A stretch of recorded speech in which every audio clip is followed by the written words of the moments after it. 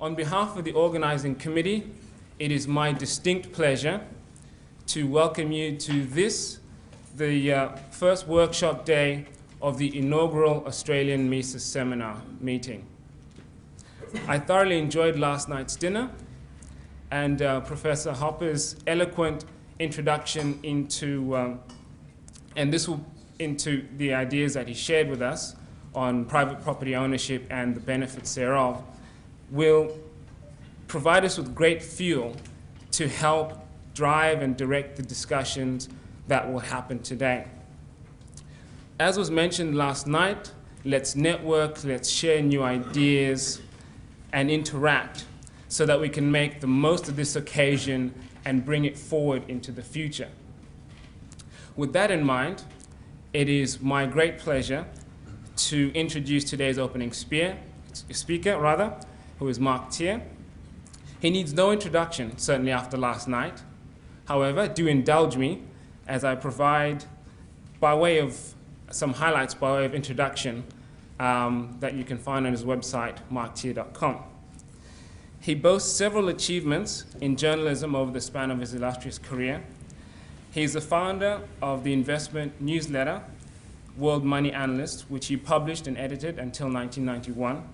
He's the author of several books, including Understanding Inflation, a 1974 Australian bestseller, also The Nature of Market Cycles, and everybody's personal favorite, I'm sure, How to Get a Second Passport, which he published in 1984. He also served as Hong Kong correspondent for the New York Journal of Commerce in the late 70s, and he was also a columnist for the Australian Stock Exchange Journal and Business Traveller. He's also published articles in various themes in publications such as Reason Magazine, Time and The Australian, and he's also spoken in seminars and featured in various events around the world in places like America, London, Hong Kong, and Singapore. He also has a passion for mentorship and coaches investors who want to transform their investment results. Therefore, we're privileged to have a man of his standing with us here this morning. So therefore, please join me in welcoming Mark Thier.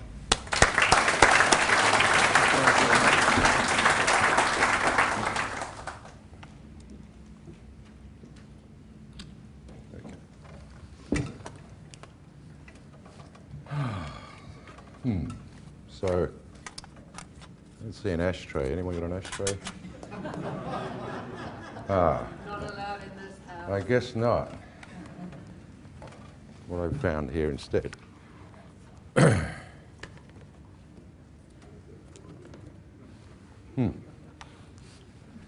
Well, despite that no smoking sign, can you hear me okay? Making sure this thing works. What would happen if I actually lit this, do you think? The fire alarm will go out. Say again? The fire alarm will go out. Fire alarms might, yes? I better stand over here then. No, what would happen? Open the window and you'll be okay, given the audience. Well, you guys don't seem to mind, which is great. I'm sure, however, there's a slight other problem, however, on this issue, as you may be aware. Now let's see if this is going to work.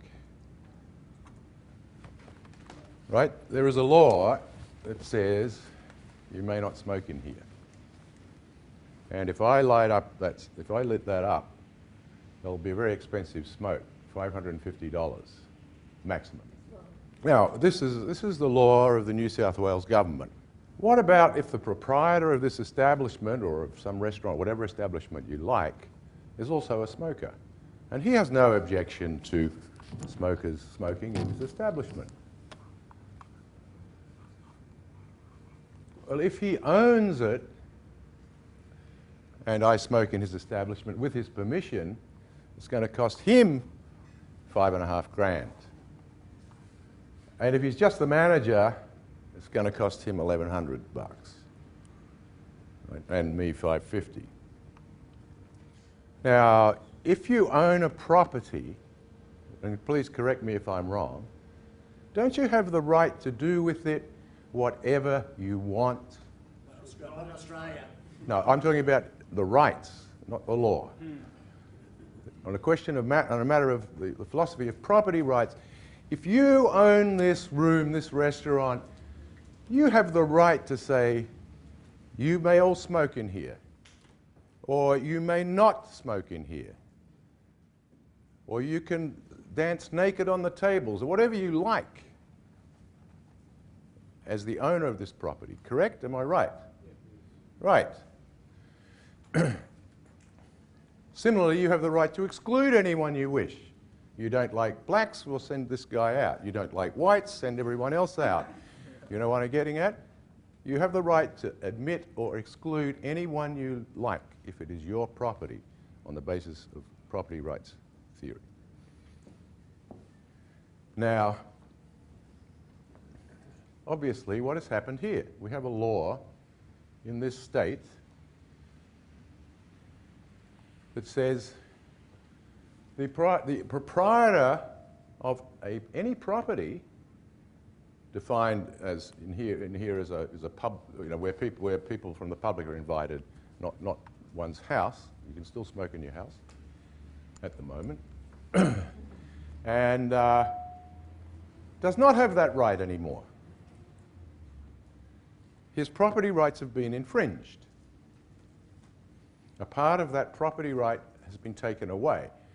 Now, here's a question for you. If you own a property and one part of your ownership of that property has been taken away, who owns the property now? Is it still your property? And okay, this is a minor thing compared to all sorts of other government invasions. But that's not the point. Let's think about the principle involved here.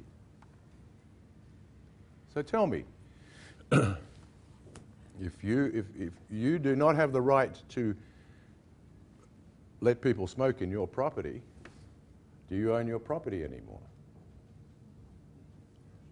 Well, let me put it differently. If you do not pay the rates, or property taxes as they're called in the US, what happens? Requisition your property. Yeah, well, property's taken away. So when you have to pay tax to the government just for the right of having your property, do you own it? Certainly, sorry? Conditionally. Conditionally, not 100%, not absolutely. So now, is this important?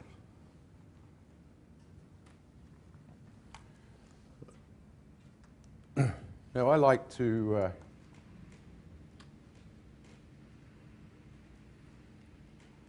I don't know if anyone remembers the Goon Show. I guess if you have to be 50 plus to remember the Goon Show. But Harry Seacombe was a British radio comedy program, which is really great if you ever look it up on YouTube. Harry Seacombe put the question of property rights, or the why property rights are important, very, very succinctly. He said, everybody got to be somewhere. Everybody got to be somewhere. As Professor Hoppe was demonstrating last night, if you do not have the right to stand somewhere, you become a slave, because then you can only exist by permission of somebody else. And this is why property rights are important, because a lot of people talk about human rights, but unless you have property rights, it's impossible to. Property rights are the way human rights, the only way that human rights can be implemented, the recognition of property rights, because everybody got to be somewhere. It was interesting that, I guess it was in the 60s, that Ayn Rand met with Hugh Hefner and persuaded him of this argument, at least briefly, on the basis that she pointed out, now, if the government owns all the printing presses, or if the Catholic Church has a monopoly of the printing press, or the government merely requires you to have a license to buy newsprint or the glossy paper to print a magazine or book paper, Now, it does not need to impose censorship, quote unquote. It can simply deny you the use of a printing press by creating a monopoly which excludes everyone else. Or it can deny you the paper with which to print, which is exactly what happened in the First World War and in the Civil War in the US and in many other places from time to time, aside from outright censorship. The point is, once you infringe a property right, then you infringe on that person's human rights, that person's ability to exercise his right to life, liberty, and the pursuit of happiness. Now, of course, the question of smoking appears to be, and for most people is, a minor issue in terms of rights. I mean, the rights argument doesn't really come up, because the rights argument doesn't really come up in anything, really, in the public debate. But let's consider how this came about. It's a health issue, right? Smoking, we are told, is bad for you. As a matter of interest, who agrees that smoking is bad for you? Please raise your hands. Okay, thank you. Who thinks smoking is good for you? One person, good for you. Two, who's agnostic? The rest of you. Now, here we have possibly a random sample. Out of 100 people, 2 people think smoking is good for you, which is probably 2 people more than you'll find in the general public. I mean, it's quite obvious to everybody that smoking kills.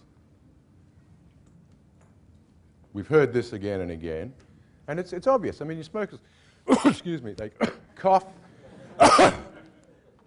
right? They run out of breath, etc., etc. It's obvious smoking is bad for your health.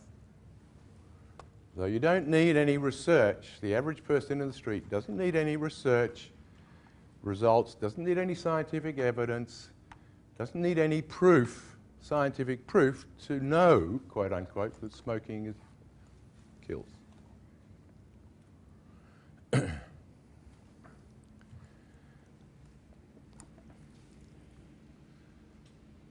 As a matter of interest, let me ask one further question on the health issue. Who thinks that, sticking to the question of health, ignoring the other benefits a smoker might have, like getting high, are there any actual concrete health benefits of smoking? Does anyone think there are? They may or may not outweigh the negative health benefits. I'm just saying, is there at least one issue? So yeah, good, that's about 5 or 6 people. Now, this is actually an interesting issue because, well, most people think smoking kills. In fact, smoking does have some positive benefits. For example, there have been many, many studies where animals have been injected with nicotine or they've had things attached to their throats so they smoke, you know, a dozen packets a day in an effort to induce lung cancer in these animals. Now, just on that particular subject, there was a case in, where are we, the state of Minnesota. Where did I go? When the state of Minnesota sued the tobacco companies in 1998 for recompense for the health costs incurred by smokers that they were forking out money for. Experts for both the state and the tobacco companies agreed that every animal study failed to induce lung cancer in animals, despite numerous attempts with countless animals and at various quantities and concentrations. Every animal study failed to induce lung cancer. Yet, we are told by the smoke Nazis that smokers have a higher incidence of lung cancer, etc., than non-smokers. Now, I don't want to really get into the health issue, but let me just give you one other example. I'll give you 2 other examples. the in one experiment, this was to do with the effect of radioactive particles. Every animal that they tested, that they exposed to radioactive particles, died, 100% death rate. Now, by some mistake, 3,000 mice who'd been in this smoking experiment, trying to induce lung cancer, got pushed into the radiation experiment. 60% of those mice who'd been smoking, exposed to smoke, lived. 60% lived. So if they start dropping bombs, you better start smoking. And also, smokers have a far lower incidence, a likelihood of getting Parkinson's and Alzheimer's disease. So there are some actual demonstrated health benefits of smoking, and there are questionable negatives, because a lot of the research has failed to produce the results that the people hope for. In fact, the first research done on this issue was by a guy called Richard Doll in London in the 1950s. His study is still quoted today. It's the original one that shows a supposed link between smoking and cancer. However, it turned out that Richard, who was later Sir Richard Doll, had a very lucrative career as a research, quote-unquote, scientist for hire. His services were used by Dow Chemical, ICI, among other companies.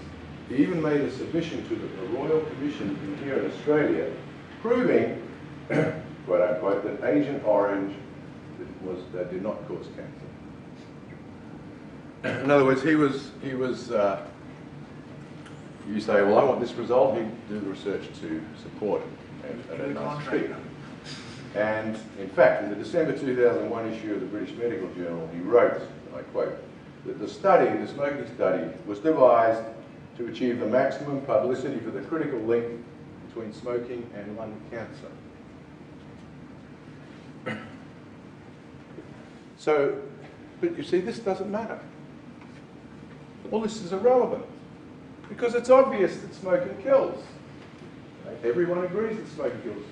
Now, obviously, the tobacco companies tried to oppose all these regulations, and they lost.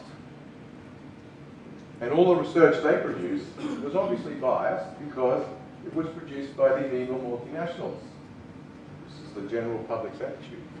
So it was obviously biased. It was in their self-interest to produce results that said there is no connection. I mean, it was obvious that smoking kills, so anything that supported that, you didn't need to question. And, of course, the majority of people are non-smokers, more than half of the people, probably more now. And within smokers themselves, again, the region of the realm of smokers, a lot of smokers want to quit for one reason or another. But it's very hard to quit smoking. So they're quite happy to be forced to quit smoking. So let's say, most of the non-smokers, I mean, they don't care. If you want to smoke, go outside. Not my problem. And half the smokers, say, are quite happy for no smoking laws to come into effect. So a very small minority of smokers who would actively oppose them if there was any likely chance of succeeding. So now, of course, we all go outside and have a smoke. Those of us who smoke. And once I was at a seminar in a convention in New Orleans, and I was outside and have a smoke. At the little big convention, I went go a long way, and there were a whole lot of people out there having a smoke. And one of these guys had his badge. I said, "What's my badge on?"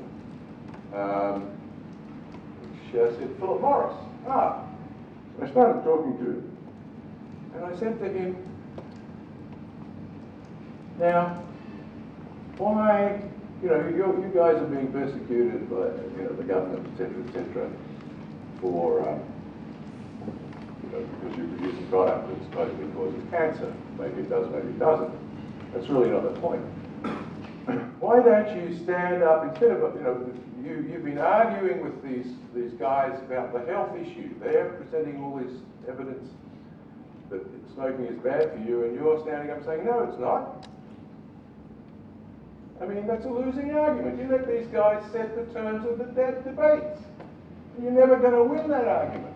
Why don't you stand up and say, everyone under the American Constitution has the right to go to hell in their own way. If they want to smoke, it's their decision. It's got nothing to do with you. You, the government, do not have the right to steal or to tell people what to do. Oh, no. We could never do anything like that.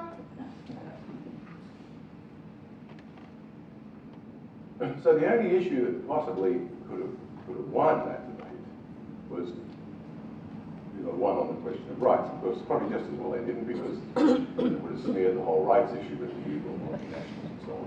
But anyway, the point is that they argued on losing terms and lost. But in the end of the day, they actually, the big companies, they didn't really mind too much. Why?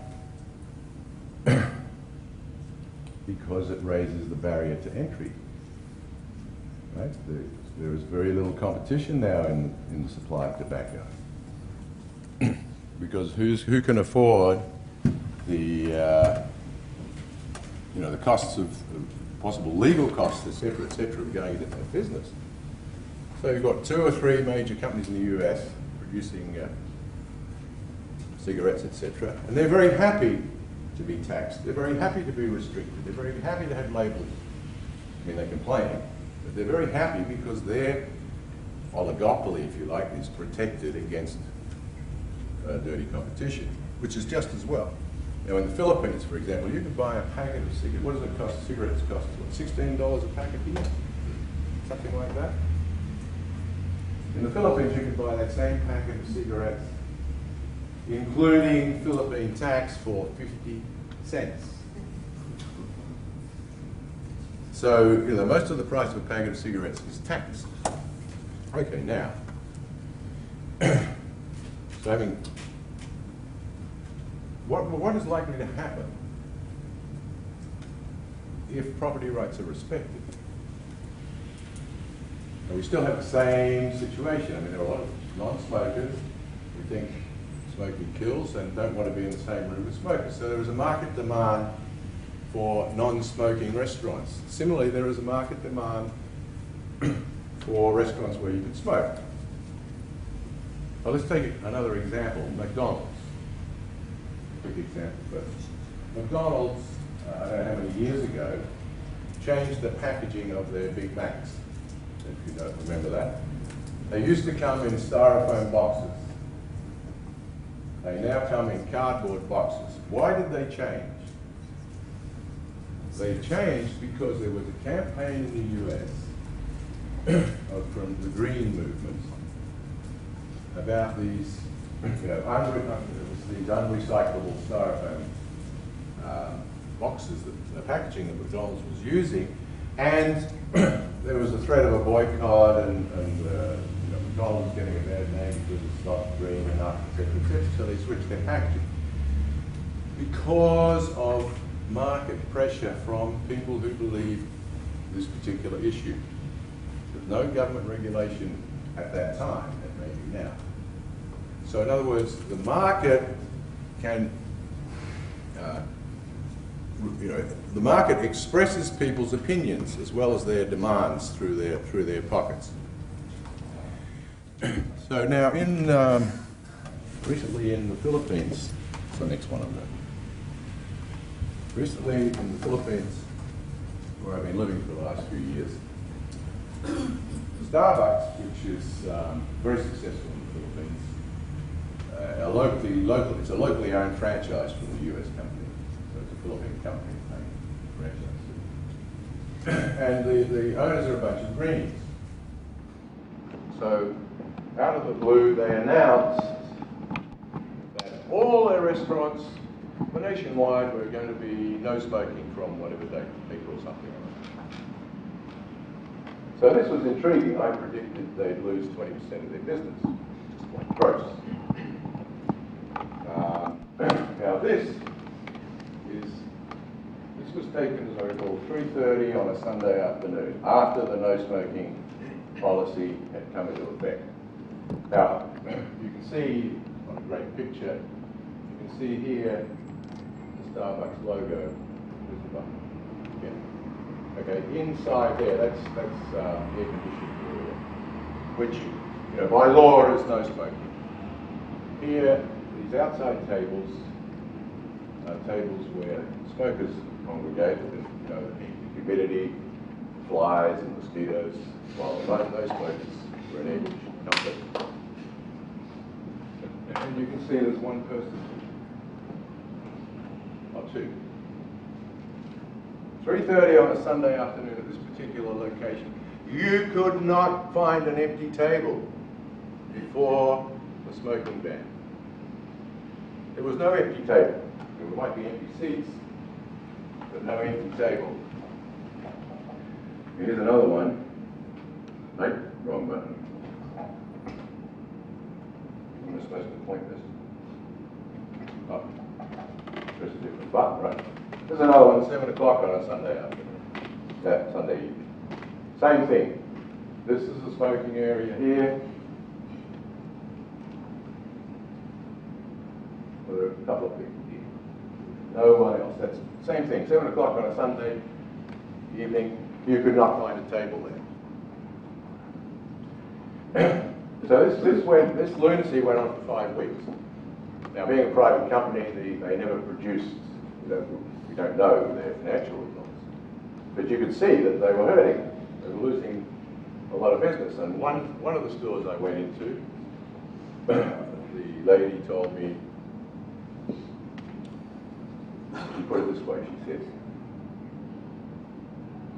what we used to sell on Monday, right, in one day, Monday, now takes Monday to Thursday.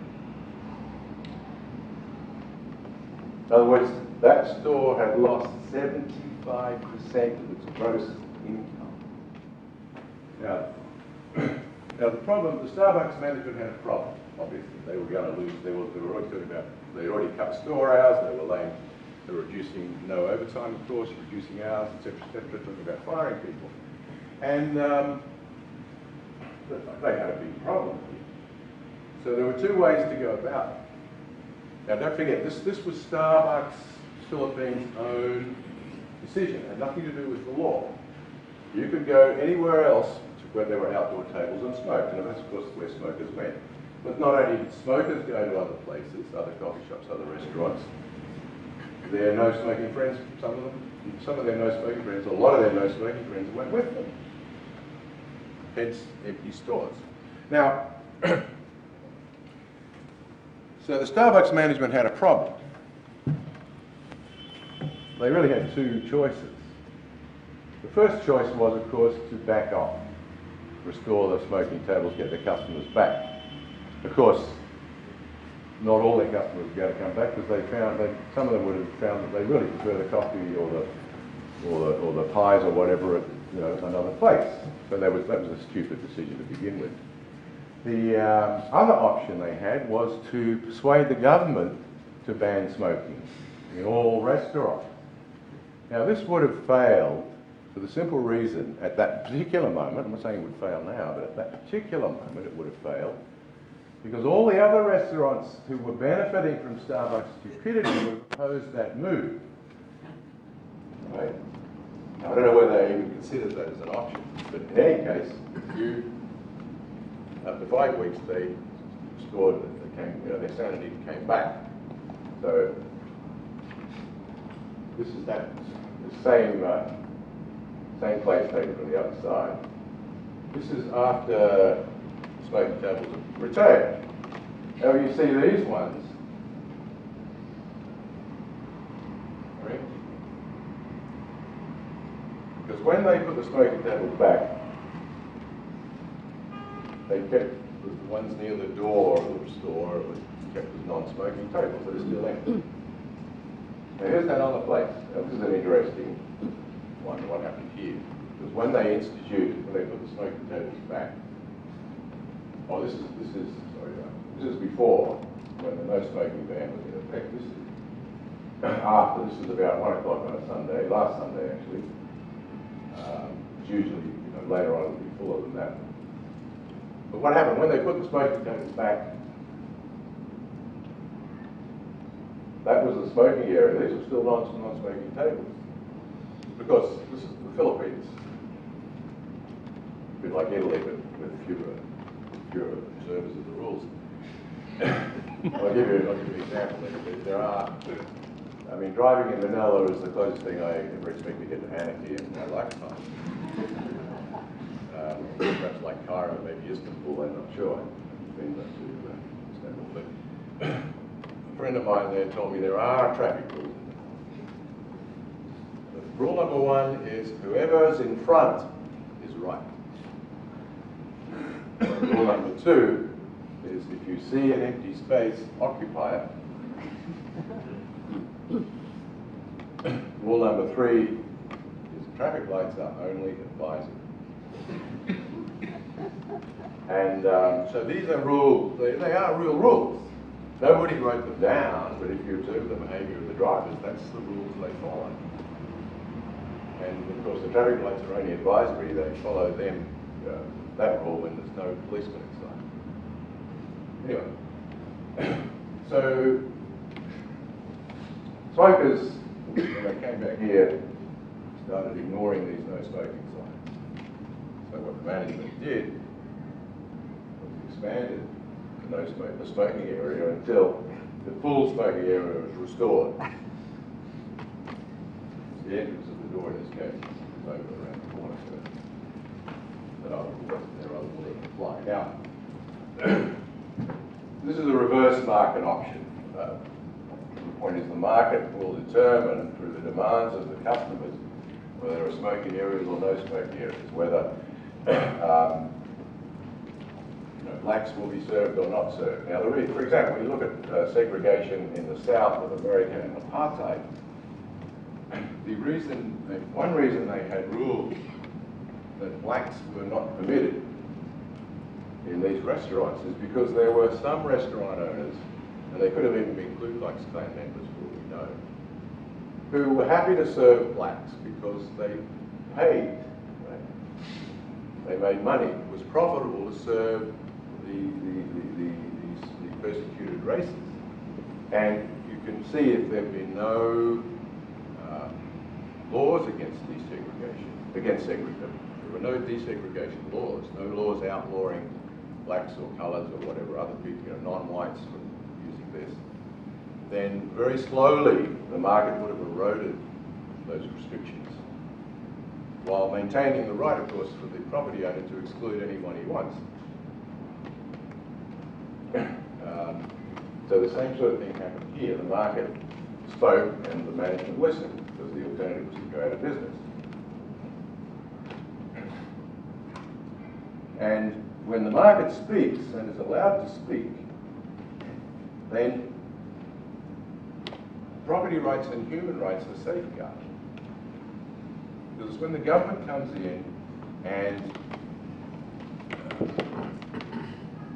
begins to do things like it did with smoking,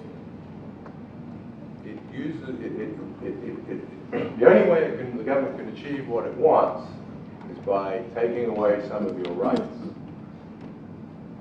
And inevitably that means taking away some of your property rights, because that's how human rights are exercised. There is no other way. But the government doesn't come in. This is why the smoking examples are perfect. It's a very good example. The government doesn't. There was a time when everybody smoked. It was not a problem. A few nutters who thought smoking was bad for you, and you smoked anywhere you liked. There were no smoking places except perhaps in the intensive care wards of hospitals. Now they didn't change that overnight. They didn't say you didn't wake up one morning and find that, okay, now smoking is banned in all restaurants, you've got to go outside, you've got to do this, you've got to do that. No, they didn't do that. They first started requiring no smoking areas in restaurants. Now, smoke over there, but not here. Then they required perhaps a walled-off area, ventilated and so on. It was salami tactics, slice by slice, and slice by slice. And they keep adding small things, little tiny steps, like little steps. Like in Queensland now, you're not allowed to smoke outside. I mean, where food is served. Crazy. Sunshine State. Now, if I've often thought about setting up, a smokers' rights, like all, which would call for a Japanese boycott of Queensland. The Japanese smoke, and the Chinese for that matter. Anyway, never got around to that. So the difference between now and then, if anyone's read 1984, you'll remember that Big Brother is watching you, right? That's from I think, a poster for the movie. But George Orwell was wrong in one respect, because Big Brother is watching you as a bit too in your face. You know, he's not a friendly sort of character, right? Today we have Big Sister is looking after you.